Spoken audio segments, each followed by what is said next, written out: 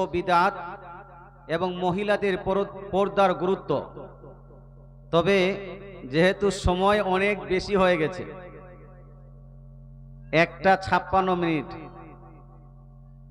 কতক্ষণ থাকবেন আপনারা জানি না, তবে চেষ্টা করব এই 3টি বিষয় শিরক, বিদআত, মহিলাদের পর্দার গুরুত্ব, 3টি বিষয় একটু একটু করে আলোচনা করে সবাই মিলে দরুদ ও সালাম দোয়া খায়ের করে ইনশাআল্লাহ বাড়ি যাব। তবে যদি কারো ঘুম বেশি লেগে থাকে আপনারা যেতে পারেন, জবরদস্তি আটকে তো লাভ নেই। আর যদি শোনার ইচ্ছা থাকে যে না কিছু শুনবো, জানবো, আমল করব, তো ইনশাআল্লাহ তাআলা যতক্ষণ বলবো কোরআন ও হাদিসের আলোকে বলার চেষ্টা করব।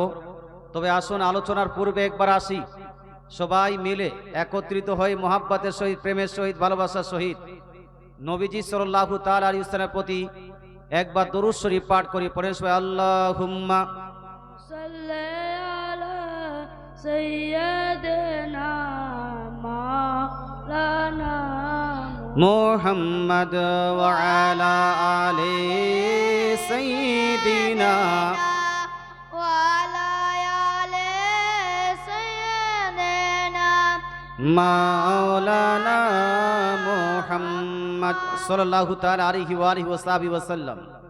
প্রথমে আলোচনা করি শিরক নিয়ে। পৃথিবীতে আমরা যারাই বাস করছি, আমাদের স্রষ্টা, আমাদের সৃষ্টিকর্তা একমাত্র কে? জোরে বলেন কে? এই জমিনে যাহা কিছু আমরা দেখতে পাচ্ছি, পৃথিবীতে যাহা কিছু দেখতে পাচ্ছি, গাছপালা, নদী নালা, পাহাড় পর্বত, কীট পতঙ্গ ইত্যাদি সমস্ত জিনিসের সৃষ্টিকর্তা একমাত্র কে? আল্লাহ। আল্লাহ তাআলাকে যে সৃষ্টিকর্তা হিসেবে মানে এবং মুহাম্মদ সাল্লাল্লাহু তাআলা সাল্লামকে যে রাসূল হিসাবে চিনে, মানে, বিশ্বাস করে, এদেরকে বলা হয় মুসলিম। এদেরকে কি বলা হয়? মুসলিম।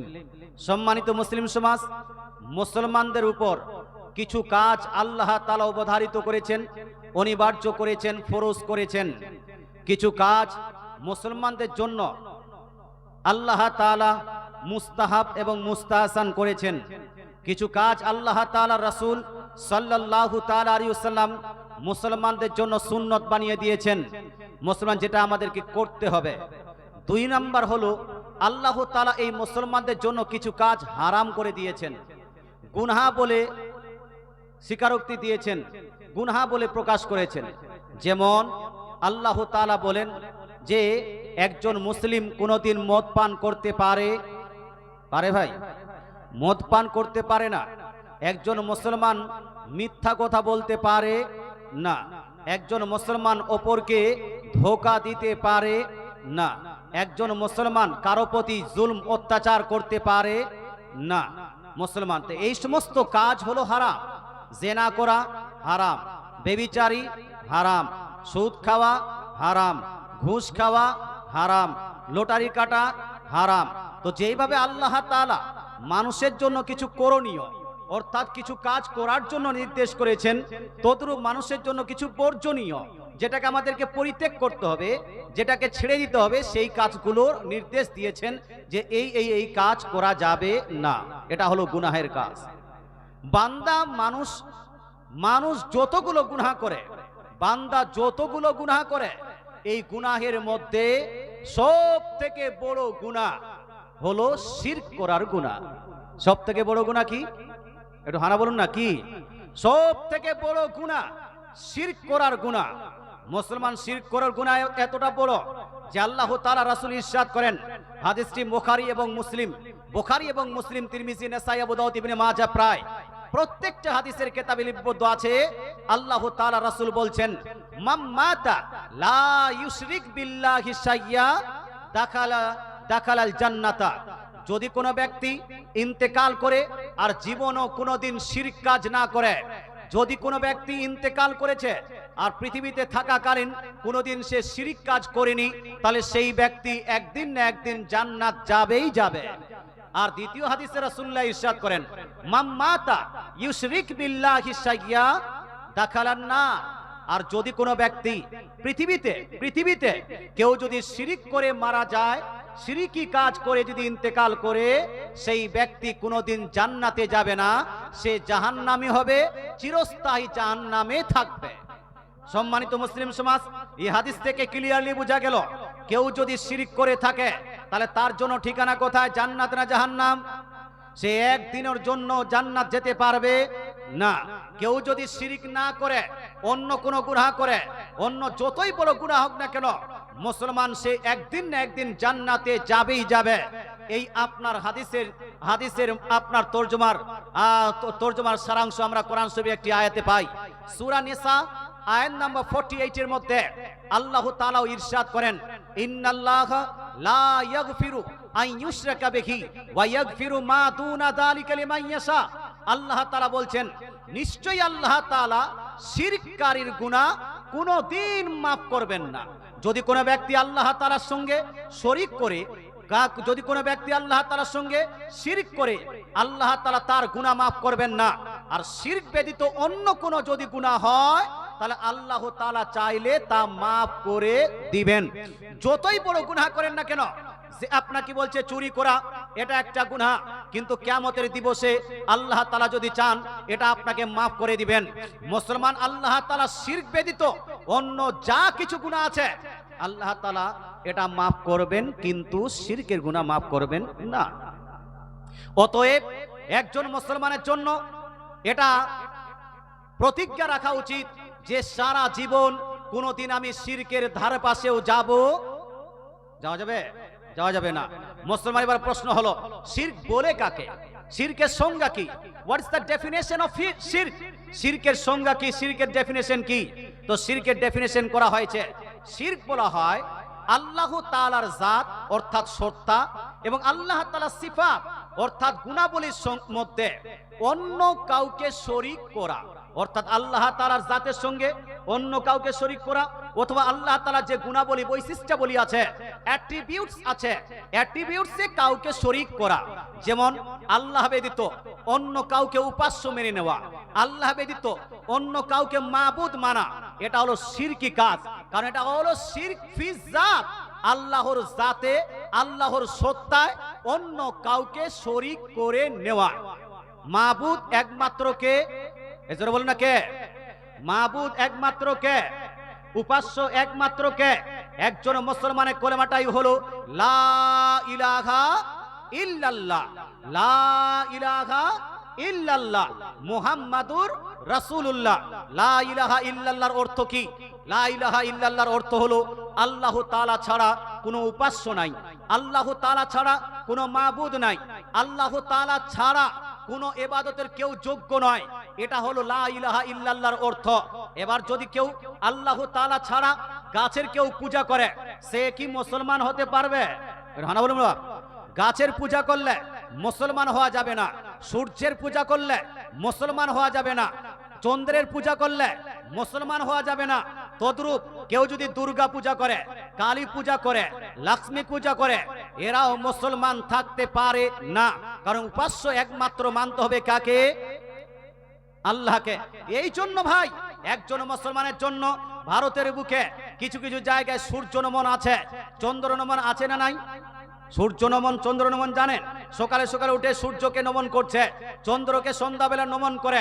মুসলমান কেউ যদি সূর্যকে উপাস্য মনে করে, সূর্যকে সৃষ্টিকর্তা মনে করে, সূর্যকে রিজিক দাতা মনে করে, সূর্যকে আপনার মাবুদ মনে করে, সূর্যকে নমন করে, এটা হয়ে যাবে শিরিক। তদ্রূপ কেউ যদি চন্দ্র নমন করে, এইভাবে যে চন্দ্রের কিছু শক্তি আছে, চন্দ্র আমাকে দিতে পারে, চন্দ্র আমার উপাস্য বা মাবুদ বা ভগবান, এটা যদি কেউ মনে করে, তাহলে এটাও শিরকের আওতায় পড়বে। কথা বোঝা গেল ভাই? শিরকের আওতায় পড়বে।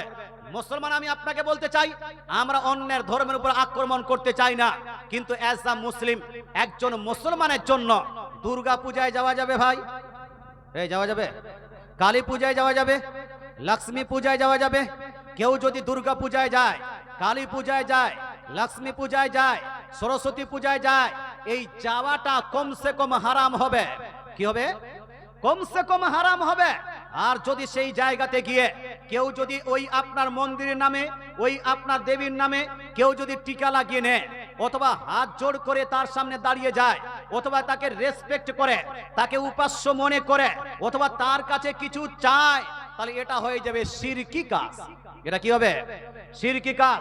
এই জন্য ভাই আপনাদের বলতে চাই, আমি অনেক জায়গায় বলেছি, মুসলমান ঘরের মানুষ, মুসলমান ঘরের ছেলে, মুসলমান ঘরের মেয়ে কি বলছে, কোরআন শরীফ পড়বে। কোরআন শরীফের সঙ্গে সঙ্গে দুনিয়াবী শিক্ষা কেউ যদি অর্জন করতে চায় করতে পারবে। মাধ্যমিক পড়াশোনা আপনি করতে পারেন, উচ্চ মাধ্যমিক আপনি পাস করতে পারবেন, বিএ পাস আপনি করতে পারেন, এমএ আপনি পড়তে পারেন, এমফিল পাস আপনি করতে পারেন, পিএইচডি আপনি অর্জন করতে পারেন। কিন্তু জ্ঞান যখন আপনি অর্জন করবেন, জ্ঞান চাইবেন কার কাছে? একটু হানা বলুন। জ্ঞান চাইতে হবে কার কাছে? জ্ঞান চাইতে হবে আল্লাহর কাছে। কারণ দয়ার নবী, মায়ার নবী, আকাই নামদার মাদনী তাজদার আহমদে মুখতার জনাবি রাসূলুল্লাহ সাল্লাল্লাহু তাআলা আলাইহি ওয়াসাল্লাম, বুখারী, মুসলিম, তিরমিজি, নিসাই, আবু দাউদ, ইবনে মাজাহ, প্রায় প্রত্যেকটা হাদিসের কিতাবে লিপিবদ্ধ আছে। আল্লাহ তাআলা রাসূল বলছেন, আল্লাহু ইউতি ওয়া আনা কাসিম। দয়ার নবী, মায়ার নবী ইরশাদ করেন, আল্লাহ হলেন প্রদানকারী, আল্লাহ হলেন দেনেওয়ালা, আর আমি নবী হলাম বন্টনকারী। জোরে বলেন সুবহানাল্লাহ। তাহলে আমরা যখন চাইবো, দোয়া করব, জ্ঞান চাইবো কার কাছে? আল্লাহর কাছে। আল্লাহকে বলবো, আল্লাহ আমাকে মাধ্যমিকে পাস করিয়ে দাও, আমাকে উচ্চ মাধ্যমিকে পাস করিয়ে দাও, আমাকে ইলমে নাফে দান করো, আমাকে সমাজকে ঠিক করার মতো জ্ঞান দান করো। আল্লাহর কাছে চাইবো। কিন্তু ভাই হিন্দুস্তানে বাস করছি, হিন্দুস্তানে স্কুল, কলেজ, ইউনিভার্সিটিতে আজকাল একটা পুজো প্রচলিত হয়েছে, যেই পূজাকে বলা হয় সরস্বতী পূজা। হয় না? হয় না? হয় না? সরস্বতী পূজা হয়। মুসলমান আপনাকে বলতে চাই, প্রাইমারি স্কুল থেকে শুরু করে নিয়ে ইউনিভার্সিটি লেভেল পর্যন্ত প্রায় প্রত্যেকটা আপনার জেনারেল শিক্ষা প্রতিষ্ঠানে এই পূজাটা করা হচ্ছে। মুসলমান আমার জানা মতে, according to the constitution of India, ইন্ডিয়ার সংবিধান অনুযায়ী এই পূজাতে সমস্ত ব্যক্তিদের অংশগ্রহণ করাটা এটা কম্পালসারি নয়, এটা জরুরি নয়। জরুরি কি? জরুরি নয়। যারা সরস্বতীকে মানে তারা সেখানে অংশগ্রহণ করবে, সেটা তাদের ব্যক্তিগত ব্যাপার। প্রত্যেক মানুষকে, শিখ হোক, হিন্দু হোক, আপনার মুসলিম হোক, জৈন হোক, বৌদ্ধ হোক, সবাইকে শরীক হতে হবে। এটা কিন্তু সরকারের তরফ থেকে কিন্তু কম্পালসারি করা হয়। ইভেন টিচারদের জন্য কম্পালসারি করা হয়নি। আমার যতটুকু জানা, টিচারদের জন্য কম্পালসারি করা হয়নি যে সেই পূজাতে অংশগ্রহণ করতেই হবে। কিন্তু মুসলমান আপনি খতিয়ে দেখেন, মুসলমান ঘরের ছেলেরা, মুসলমান ঘরের মেয়েরা যারা স্কুল, কলেজ, ইউনিভার্সিটিতে পড়ে, এই ছেলে মেয়েরা দেখবেন যে ওই সরস্বতী পূজাতে সুন্দর শাড়ি পরে, সুন্দর আপনার জামা কাপড় পরে স্কুল, কলেজ, ইউনিভার্সিটিতে যায়। অনেকগুলো ছেলে আছে যারা সরস্বতীর নামে টিকা পর্যন্ত লাগিয়ে নেয়, কেউ সেখানে গিয়ে হাত জোড় করে করে। অনেকগুলো ছেলে আবার সরস্বতী সেলফি তুলে, রেসপেক্ট করে সরস্বতী সেলফি তুলে স্ট্যাটাস দিচ্ছে ফেসবুকে যে আজকে আমরা পূজা উদযাপন করলাম। হে মুসলমান, আপনাকে বলতে চাই, মুসলমানদের কলেমা হলো লা ইলাহা ইল্লাল্লাহ, আল্লাহ ব্যতীত কোনো উপাস্য নাই, দেনেওয়ালা আল্লাহ, জ্ঞান দেনেওয়ালা আল্লাহ। অতএব সরস্বতীকে যদি আপনি জ্ঞান দাতা, জ্ঞান দেনেওয়ালি মনে করে তার সম্মুখে দাঁড়ান, তার কাছে যান, তার সম্মুখে হাত জোড় করেন, অথবা তার কাছে জ্ঞান কামনা করেন, এটা হয়ে যাবে শিরকি কাজ। এই কাজ করলে সেই ব্যক্তি মুসলমান থাকতে পারে, মুসলমান থাকতে পারে। এটা শিরকি কাজ, এই কাজ করা যাবে না। আল্লাহ তাআলা আমাদের বুঝার তৌফিক দান করুক। কিন্তু আমি জানি আজ পর্যন্ত আপনার ছেলে যখন স্কুলে যায়, আপনার মেয়ে যখন স্কুলে যায়, আপনার ভাই যখন স্কুলে যায়, আপনার বোন যখন স্কুলে যায়, একদিনও আপনি বলতে সাহস পাননি, বেটা স্কুলে যাচ্ছ, আজকে পূজার দিন যাওয়ার প্রয়োজন নাই। স্কুলে যাচ্ছ বেটি, আজকে তোমাকে পূজার দিন যাওয়ার দরকার নাই। আপনারা কি নিষেধ করেছেন? নিষেধ করেন না? এদিকে কি স্কুলগুলোতে হয় না? হ্যাঁ, এদিকেও স্কুলগুলো হচ্ছে, কিন্তু একদিনও আপনি যেন নিষেধ করলেন না। বাই চান্স যদি আপনার ছেলে করছে, আমি এটা বলছি না, বাই চান্স যদি আপনার ছেলে, আপনার মেয়ে, আপনার বন্ধু বান্ধবের পাল্লায় পড়ে সরস্বতীর সামনে একবার দাঁড়িয়ে যায় আর তার সঙ্গে হাত জোড় করে তার কাছে যদি জ্ঞান প্রার্থনা করে, সে আর কোনোদিন মুসলমান থাকতে পারবে? পারবে?